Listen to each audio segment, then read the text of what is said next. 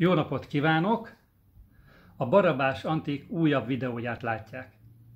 2 hónappal ezelőtt mutattam önöknek 4 képet, 2 Kárpáti Jenő, egy olasz kismester és egy Ördög László festményt. Mindegyik hibás volt, különböző mértékben.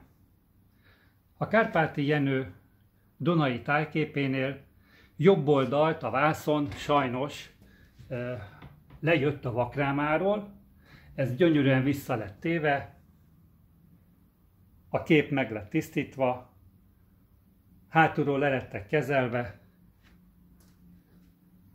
ennél a Kárpáti Jenőnél is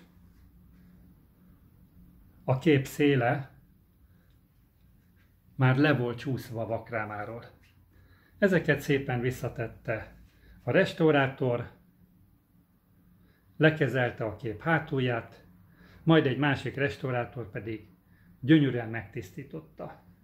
Ez az értékmentés, amikor régi festményeket hibás állapotból visszahozzuk az eredeti gyönyörű állapotára.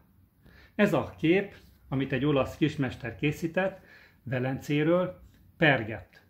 Nagyon hibás állapotban volt. Gyönyörű lett a javítások után. És itt van Ördög Lászlónak 1960-ban készült képe. Nagyon jó hangulatú, balatoni nyaralók. Ennek nem volt nagy baja, csak a vászon nem volt egyenes, piszkos volt a kép,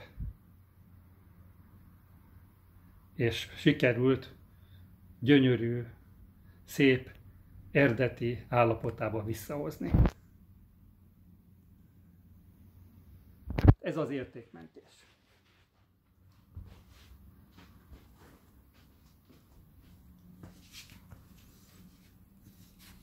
Remélem, így önöknek is jobban tetszenek ezek a képek. Viszonthallásra!